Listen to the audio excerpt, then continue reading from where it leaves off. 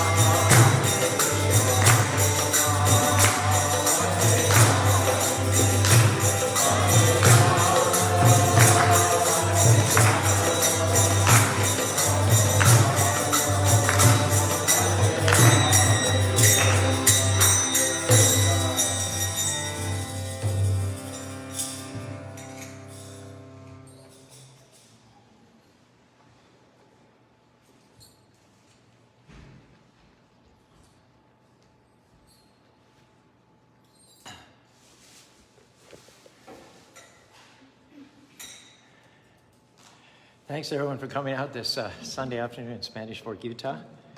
Everything is inspired by the teachings of His Divine Grace.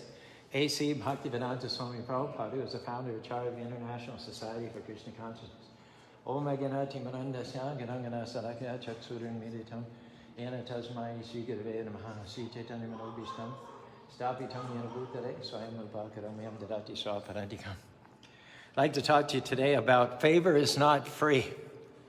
Favor means honor, means blessings, influence. We like these things, but we don't always realize that there's a weight that comes with favor, a burden that comes with influence. And if you're not prepared for it, the favor won't be a blessing at all. It'll make you miserable. We have to pass some tests before Krishna or God is going to trust us with the weight of favor. We have to realize that nothing happens by accident. The delays, the disappointments, the dead ends, the difficulties, those are tests to make us and mold us. A test to see if you're going to be good to people when they're not being good to you. Will you stay in faith when things happen that you just don't know why they happen, just doesn't seem fair? Will you daily honor the Lord by chanting His holy names? Hare Krishna, Krishna Krishna, Hare Hare, Hare Ram, Ram Ram, Hare Hare. When you understand this principle that Krishna or God uses difficulty and things that we don't like to get us prepared, then you're not going to complain when things don't go your way. Why? Because you realize there's a purpose behind it. When you do the right thing, when the wrong thing is happening, you're getting stronger. Your roots are going down deeper. And that's why Krishna doesn't take away all challenges, all obstacles instantly. We might pray, Krishna, get me out of here. Take this trouble away. Change this person. Make me comfortable. But the problem is, if you're always comfortable, you're not going to be prepared, because we grow in the difficult times. We grow when we have to stretch our faith. We mature when we keep a good attitude, even when things are not going our way, even when we don't see things or people changing, even when you lost the client, when you didn't get the contract. Those are very crucial times. Krishna or God is using that situation to change you. And we're not saying, don't misunderstand, to just roll over and accept everything in defeat, but we're saying that God has a purpose for it. If you'll keep the right attitude, then it's preparing you for new levels, getting you ready to carry the weight of favor to go where you've never gone, to see glory that you've never seen. God, your Krishna, knows what He's doing. Everything serves His plan. You can't see it, but every day you need to learn, nevertheless, whatever, to have a song of praise in your heart. If you do that, guess what? You're passing the test. You can't see it, but your spiritual muscles are getting stronger. Your character is being developed. You're showing Krishna that He can trust you.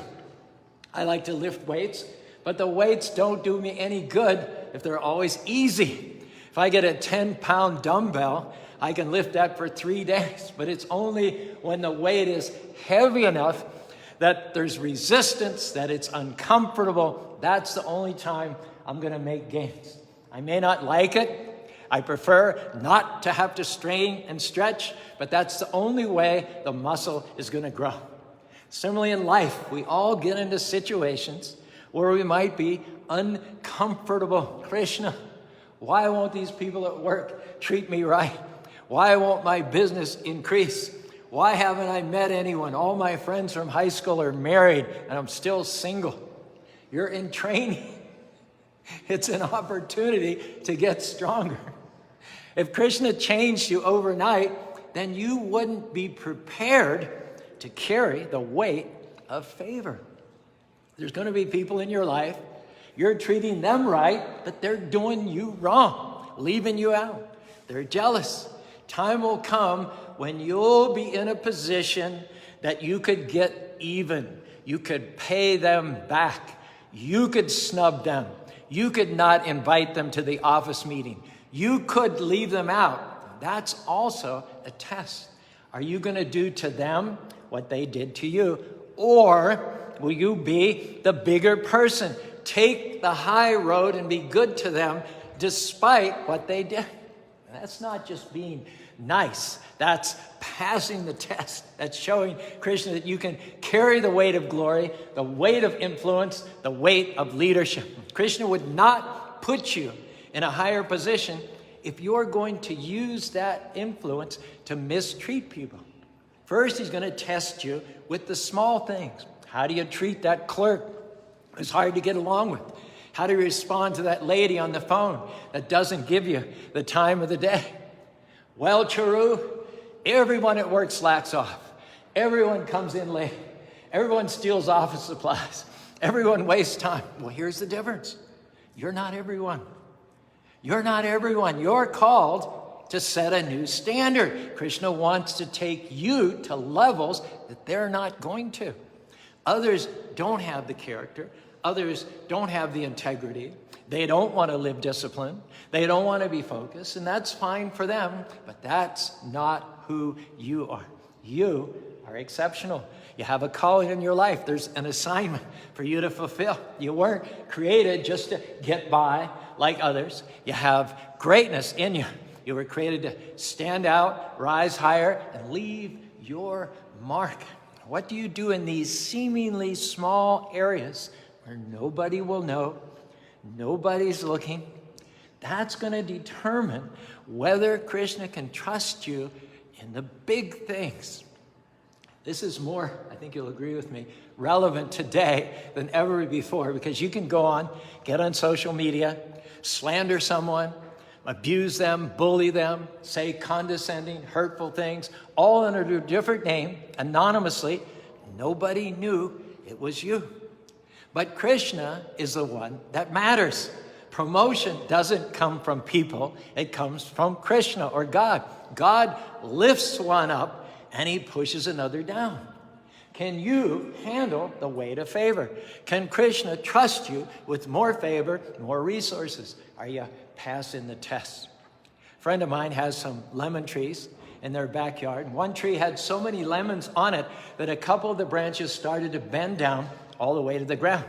There were 5 or 6 big lemons on the end of this small branch, which was only about 1/4 of an inch in diameter. Because the branches couldn't carry the weight, the lemons didn't develop properly. They didn't taste as they should. Sometimes we're wondering, why am I not seeing more fruit?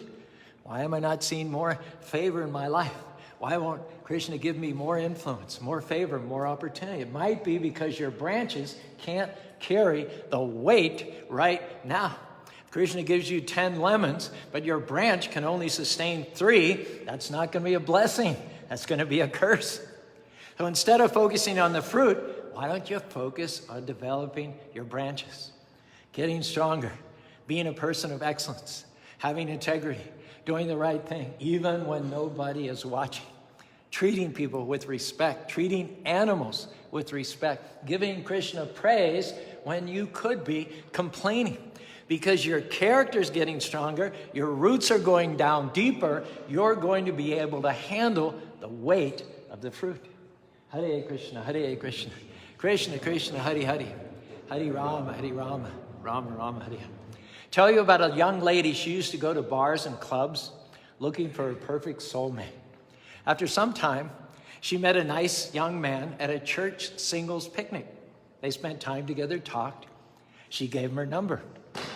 She waited 1 day, 2 days, 3 days, a week, 2 weeks, 3 weeks. Finally, she called her mother up. She said, "Mom, I think he's my perfect husband. Why doesn't he call?" And her mother was obviously a very wise lady, said, "Honey, maybe he doesn't think you are his perfect future wife."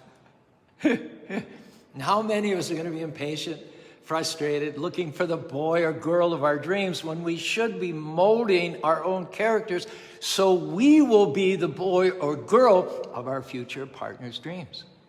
Does that make sense? John Burroughs said something similar in a poem. "Asleep, awake by night or day, the friends I seek are seeking me. No wind can drive my ship astray. nor change the tide of destiny. What matter if I stand alone? I wait with joy the coming years. My heart shall reap where it has sown and garner up its fruit of tears. The waters know their own and draw the brook that springs from yonder height. So flows the good with equal law unto the soul of pure delight. Yes, we all love the harvest season, don't we? We love to meet our future spouse right now. We love it when we're seeing favor. Everything we touch turns to gold. Our prayers are answered. New doors are open. New opportunities present themselves. That's great. But can I tell you, every season is not a harvest season. You may not like it, but winter is a blessing. Winter is necessary. Without the leaves coming off, that tree would never develop new buds in the spring. In the winter, it looks like the tree is dead, no fruit, no leaves, the branches are bare. You could think, this tree is done. It's seen its best days. He's going to keep calling, you realize that, right? The truth is, in the winter, something is happening that you can't see. What? The tree is gathering up sap. The roots are going down deeper. It's being prepared to handle more fruit in the spring. If there weren't different seasons, that tree would be named Bilva Mangala Thakur.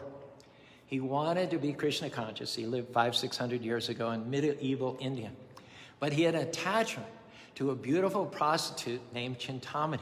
So strong was this attachment that he left his own father's funeral to visit her. And it was a great storm. Wind, rain, freezing cold. He swam across the Ganges. Found the door of her compound was locked. He climbed the outer wall of her compound. Finally, he knocked half dead at her door, and she opened the door, seeing Bilva Mangala, soaking wet, degraded, totally exhausted, half dead, burning with lusty desire. She advised him, "You're so attached to this bag of flesh and bones. Why don't you transfer that same attachment to serving the all-blissful Lord Sri Krishna? Go to Vrindavan, the holy place of pilgrimage. There you'll find complete satisfaction and eternal happiness." So Bilva Mangala, on the way to Vrindavan, again, his material desires attacked him. He lusted after a Brahmin's wife that he happened to see along the way. And so ashamed was he of his lusty material desires that he asked that lady for her hairpins and dramatically gouged his own eyes out. Bilva Mangala was determined that he would not be distracted by his material senses. Now, why such an extreme action? Bilva Mangala Thakur realized that he was cursed by opulence. He had everything at his fingertips. He wanted for nothing. What he needed was a winter season in order to prioritize and focus on the prime goal of life, which is to serve God. In the Bhagavad Gita, 62nd verse, 2nd chapter says, Dayato Visham Pumsam Sangat Sanjaya Kama Krodha Vijayate. Says, while contemplating, this is the original rubbernecking verse. This explains rubbernecking. While contemplating the objects of the senses, a person develops attachment for them. And from such attachment, lust develops, and from lust, anger arises. Bilva Mangala Thakur wanted a self-imposed winter season. We shouldn't complain about the winter seasons of our lives when things aren't going exactly as we would like them to do it. The times we don't see any harvest, we don't see any growth. Seems like we're stuck at the same level at work, nothing changing in our relationship. You're still single, your health is not improving. Well, what's wrong, Caru? Where's all the fruit that you promised us? Nothing is wrong. You're in winter. You can't see it, but your branches are getting bigger. The fact that you're in winter is a sign that Krishna has more in store for you, bigger opportunities, more favor, greater honor. Now just keep a good attitude in winter when you're not being recognized, not getting credit, and not seeing the growth. Something's happening on the inside. Krishna's getting you prepared. Now, in Vrindavan, Bilva Mangala was blind. So he couldn't get food, he couldn't get water, he couldn't care for himself. A little cowherd boy whom he couldn't see came to him every day with water, drinkables, and gourmet foods. And he would lead him to a safe resting place where he could spend the night without fear of lions or tigers. And at first, not being able to see him, Bilva Mangala Thakur didn't know the identity of this sweet cowherd boy. And then one day, the little boy sat down and played a captivating tune on his flute for the blind man. And suddenly, Bilva Mangala realized that this is none other than Krishna, the Supreme Personality of Godhead, who has been coming to serve me every day, and he became overwhelmed, maddened with a desire to see the beautiful, sweet form of Krishna. This was the Lord of his life and the love of his heart. He reached out to touch Krishna, and playfully, Krishna touched Bilva Mangala's hand, laughed lovingly, and ran away. And Bilva Mangala shouted after him, "Krishna, you can run away from my hand, but you can never leave my heart." He became a great saint. He wrote many devotional classics. The most famous of them was called Krishna Karanamrita, the nectar of hearing about Krishna's pastimes. You may be in a winter season, not seeing the material opulence that you've seen in the past, but instead of complaining, may we suggest a different approach? Lord, thank you that I can do all seasons. I can do spring and I can do winter. I can do harvest. I can do planting. I can do this pandemic season. I can do this season of taking care of my elderly parents, this season of raising a special needs child, this season where I'm not being treated right, this season where I'm dealing with a chronic illness, because I know all that is getting me prepared to carry the weight of a greater glory, the burden of a blessing, the weight of influence. You wouldn't be in winter. You wouldn't be in this pandemic. You wouldn't be facing this difficulty if Krishna doesn't have something bigger out in front of you. Now, there's a backstory about Bilva Mangala Thakur, if you've been following it. In his previous life, he was a great devotee of Lord Krishna. He was at the level of bhava, which is ecstatic love of God, just before the final stage of Krishna prema. He had intense love for Krishna, and his greatest pleasure was organizing festivals of chanting Hare Krishna, where he could distribute lots and lots of vegetarian prasadam, food that had been offered to Krishna. People would attend in the hundreds and thousands. And one time, while he was organizing a festival, he ran out of money. He needed more money for the feast for the devotees. He went searching for wealth. Walking around, he came upon the cremation of a young princess who had died at the age of 18. There was her unhappy father, her mother, and all the citizens. Her father had lit the fire and everyone had left. But there was a valuable necklace on the body of this princess who was being cremated. Bilva Mangala saw this and he thought, what's the use of a necklace on the dead body? Better to take it and use it to pay for the feast for Krishna's devotees. So he approached the dead body and he reached out to take the necklace.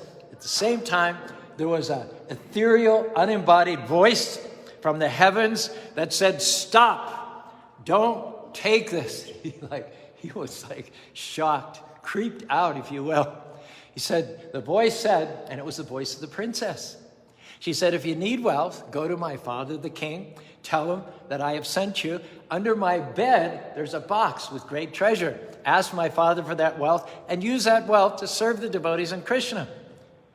He went to the king. He told him what had happened. The king looked under a bed and indeed found a box with great treasure. King happily donated that wealth to the devotee. Bilva Mangala went and spent all the money on the Bhagavatam festival, but in the end, there was still a shortage. So he went back to the cremation place of the princess, and he took the diamond necklace. And again he heard the voice of the princess. You have done a great wrong by taking this necklace. I curse you that although you are so advanced in your love to Krishna, that you will take birth one more time and you will live an immoral life.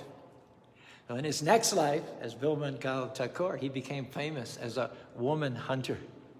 And the princess had also taken birth again as his prostitute, Chintamani. And in that lifetime, she showed him the way to Krishna, acting as his Shiksha guru. She told him, if you have such desire for Krishna as you did for this body of flesh and bones, you would already be a self-realized soul. So the cursing and the subsequent blinding of Bilban Thakur had been the arrangement of the Lord to bring him into the fullness of his destiny.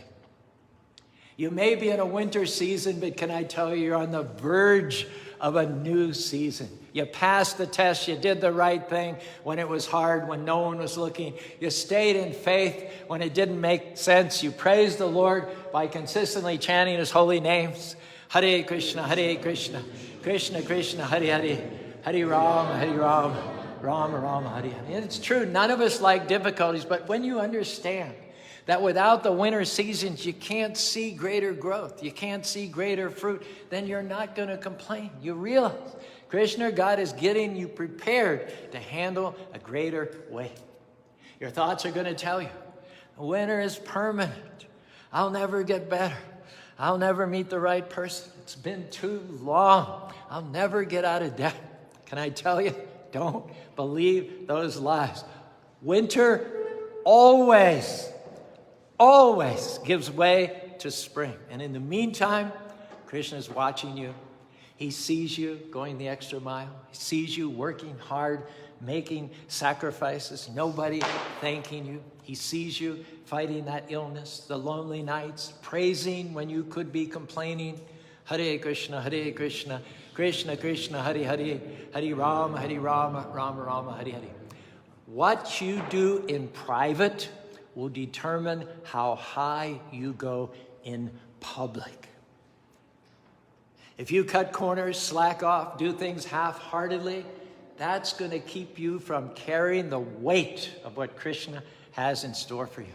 Nobody ever in the history of the world got stronger by taking the easy way out. You grow when you do things you don't like. You do the right thing even when nobody's watching. You have a good attitude even when you're not getting your way, even when it's not fair. Your character is what's going to determine how high you go.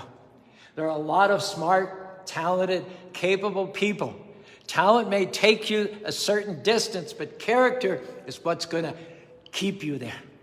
Talent, character, temporary, but what's the essence of you is what's going to carry you, what's going to be the fuel behind your praying. And what you do in private when no one's watching you will determine exactly how high Krishna's going to take you. Now, if Krishna's going to trust you with favor, influence, and authority, you have to show him that you're going to be a good steward.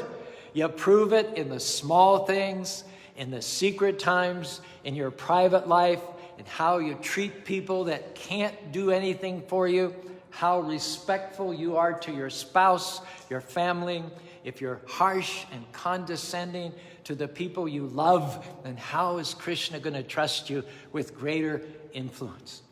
Everything that happens in life, the difficulties, the delays, the things that weren't fair, they're not random. God has given us the opportunity to grow, to come up higher. He's getting us prepared to handle the weight of favor, the weight of influence. Now, quit telling yourself, it's too hard. They did me wrong. It's been so long. Turn it around. I can handle any season. It's winter. I don't like it. It's uncomfortable, but I can handle winter. Why? Because I know Krishna is still on the throne. I know I've been armed with strength for every battle. I don't like this loneliness, but I'm not going to fall apart because I can handle a lonely season. I can handle this season fighting a sickness. I can handle the season where I'm not seeing any fruit. I'm not going to drag through it complaining. I'm going to keep a song of praise. I'm going to keep being good to people. Why? Because I know all seasons are working for my good. Hare Krishna, Hare Krishna, Krishna Krishna, Hare Hare, Hare Rama, Rama Rama, Hare Hare. Prabhupada says this, in this way, we Krishna devotees have taken a very serious job. In this life, we want to finish this material existence for good. That should be the responsibility, that we are going to finish this material existence, no more taking repeated incarnations in this material world. He continues, if you take responsibility for building your character, doing the major thing, then Krishna will supply everything minor. In that way, everything will be adjusted according to priority. Prabhupada said, my Guru Maharaj used to say that finish this business in this life. Don't wait for the next life. That is the responsibility of the Guru. The spiritual master must show his student how important and what a unique opportunity this human form of life offers. It is only from the human form of life that one can go back to home, back to Godhead. You chant Hare Krishna, serve the Lord. You're not just passing the test. You're getting prepared. Your character is coming up higher. Your spiritual muscles are getting stronger. At the right time, Krishna is going to bring you out of winter into the harvest season where you'll see greater favor, greater influence, greater opportunity. It's because you can handle the weight of glory. Instead of trying to pray away all the things that make you uncomfortable, pray away all the people that get on your nerves, pray away the delays. Why don't you try a different approach and say, Krishna, help me to keep a good attitude in the midst of all those challenges. Help me to stay in faith when people aren't treating me right. Help me resist the temptation to compromise, to take the easy way out so that my character can develop. My branches can get stronger so I can handle the weight of what you have in my future. Before your dream comes to pass, Krishna will test your character. You have to prove that you can handle what he's going to entrust you with. Therefore, there's a responsibility that comes with favor. You have to have the character that will handle the favor the right way. You have to bless your enemies, not talk bad about them. Krishna is testing your character. Are you going to complain in the winter seasons? Live discouraged. Try to pay people back. We're asking you to set an example, to do the right thing when it's hard, to look out for our brothers and sisters who are suffering in this material atmosphere. That difficulty, that challenge, that enemy is not there to stop you. It's there to prepare you. Krishna is about to release a new level of influence, resources, and favor, but he's looking for people he can trust to carry the weight of glory. Prabhupada said here, my Guru Maharaj wanted to see that everyone is engaged in some sort of preaching work, either indoor or outdoor. Preaching, you have to meet opposing elements. So many people will criticize. Many will attack the missionary, the preachers. This is missionary work. That whenever I find some opportunity, I go to some solitary place and sleep and hide away. That is not missionary work. We have to adjust things. Devotees have a very responsible business. This Krishna consciousness is genuine. It's authorized. Lord Chaitanya wants us to do it all over the world, even Spanish Fork, Utah. So everything should be adjusted to keep us alive and sensitive to our self-responsibility. That is missionary life. Hare Krishna, Krishna Krishna, Hare Hare, Hare Rama, Rama Rama, Hare Hare. Similarly, I don't believe that Krishna sent you here this afternoon if he hadn't intended to do something new in your life. Don't get discouraged by how long the winter is lasting. It's a sign that something bigger is on the way. Krishna is getting you prepared. Keep passing the test every morning. Tell yourself, I'm on the verge of a new season. My branches can now bear the weight of glory. If you'll do this, I believe a shift is coming. Winter is about to end. Suddenly you're going to come into spring. Suddenly you'll see opportunity, healing, promotion, advancement, creativity, breakthroughs, a harvest like you've never seen before in this life And in the next life, you'll go back to home, back to Godhead. Hare Krishna, Krishna Krishna, Hare Hare, Hare Rama, Rama Rama, Hare Hare. Thanks for your kind attention. That was 3,700 words. Half an hour is 3,700 words. So you're invited to stand and stretch. We're going to have some chanting led by Prabhu here. And afterwards, go downstairs for a wonderful vegetarian meal. If you have any questions about anything you smelled, saw, heard, tasted, or touched, save it for downstairs. We love questions of all sorts.